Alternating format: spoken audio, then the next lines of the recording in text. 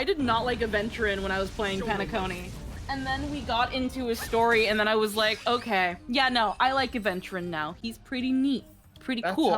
That's how I got Aventurin. And then I was like, wait a minute, there's something about his voice that just gives me a vibe. So his voice reminds me of someone, of something, and it's tickling my brain. Hoot Gallon.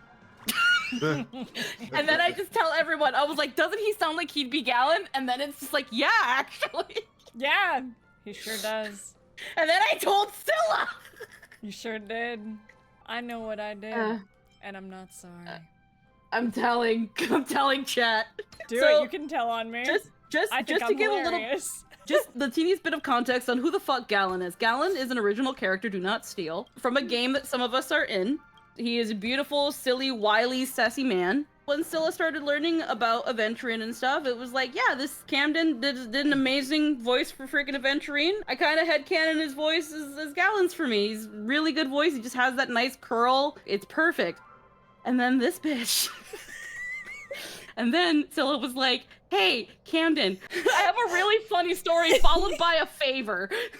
I was like, hey buddy, I have a really strange request, so bear with me for a sec. And I explained— Hear me out. It was kind of like, hear me out, man.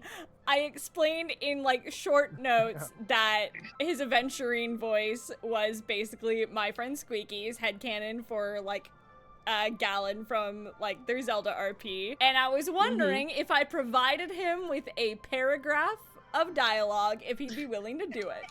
And this lovely, lovely man said yes. So then I had fuel and the best Christmas gift I could give my girl Squeaky. The noises and the screams that I freaking belted from my lungs. I had to go outside and just stand there. I stood outside in -2 on my porch on the 4th floor and said it's too hot. I regret fucking nothing, man.